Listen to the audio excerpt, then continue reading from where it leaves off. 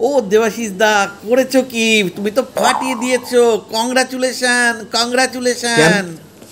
হঠাৎ কংগ্রাচুলেশন কেন? তুমি নাকি ছোট গল্প লেখার প্রতিযোগিতায় ফার্স্ট হয়েছো। জনতা কলেজে কালকে ছোট গল্প লেখার প্রতিযোগিতা ছিল, ওখানে নাম দিছিলাম, ফার্স্ট হয়েছি। দারুণ খবর, দারুণ খবর। কি বিষয় ছিল গো দেবাশিস দা, একটু ডিটেলসে বলো প্লিজ। শোন, বিষয় ছিল এমন একটা গল্প লেখো যার মধ্যে শান্তি, স্বস্তি, নীরবতা, আনন্দ, সুখ আর খুশির অনুভূতি থাকে। আচ্ছা আচ্ছা, তুমি কি তো লিখলে? আমি লিখছি আমার বউ ঘুমাচ্ছে। কাল কি প্রাইজ দেবে? যা সবাইটা পড়ছে পইরা আমারটা পইরা আমারে ডাকছে, কয় শোনেন দেবাশিস বাবু, আমার বউ ঘুমাচ্ছে মানে আপনি কি বুঝাতে চাইছেন?